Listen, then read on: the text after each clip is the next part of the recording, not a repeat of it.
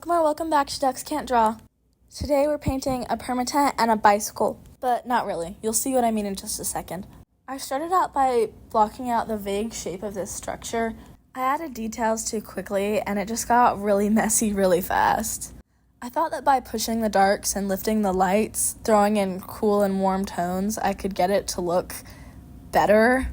I kept putting random things in, hoping that I could take some of that attention away from that poorly done structure. The only thing on the canvas that's looking okay right now is the bicycle, and that's really just okay. This had me really frustrated, so I had to step away. I went and decided I was gonna try to work through this sketchbook that I had made during school and use some art supplies that I knew I didn't really like very much, like these really waxy oil pastels and these kind of dull watercolors. I just needed to kind of muck around until I got that spark of what I could do to fix that painting. Ugly outlines of hands and kind of cute flowers started popping up on the page, and I wasn't even really focused on it. I was just kind of letting it happen. The goal was just to get my wrists and my mind loosened up again. So I made these butterflies. Some of them are hair bows and some of them are like bows and arrows. I might have to come back to that idea, honestly. But now that I was loose, I was ready to get back into the more realistic side of things. So I started to render this button on a coat and started building a little bit of a scene around it. I took a break, went outside and played with my sisters, and then I was ready to paint.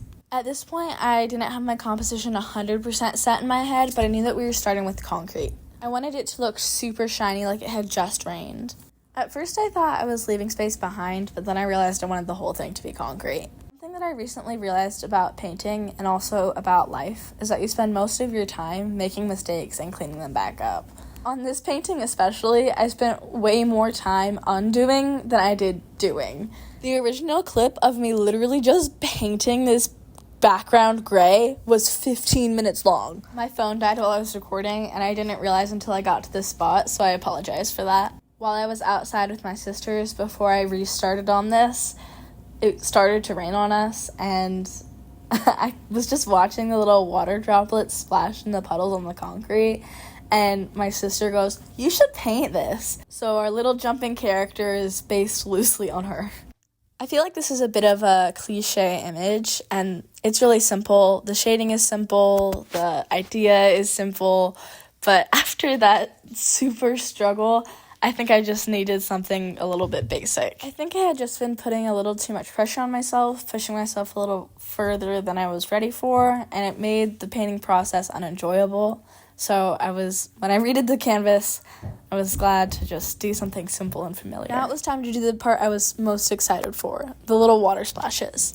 This part was difficult because, again, I refused to use a reference. Generally, I'm a huge fan of references, but I can't record on my phone and have a picture pulled up on it at the same time. A lot of time in biology, our teachers would have us draw diagrams of whatever we were learning about. If you don't understand how something works, then without looking at it, it would be almost impossible to draw accurately.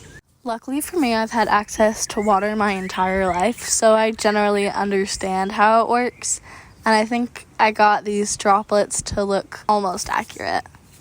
As I put in these splashes, I started to realize that the one underneath the foot looked super wonky, but I did not go back and fix it.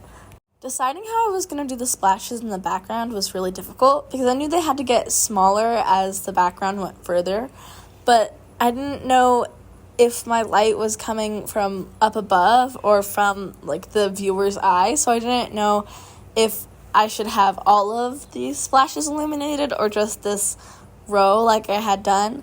I ended up going with just the row, but I kind of regret it.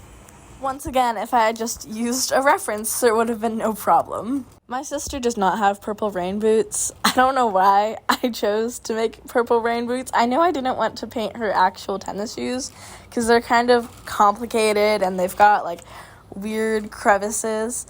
I just really wanted to paint smooth, glossy rain boots. Plus that pink, purple, and blue gradient was just so fun to make. About here, I started adding in some painterly lines to show that the water was blue, as well as reflections of the boots. I kind of wish I hadn't made the splashes so opaque, but I'll let you watch.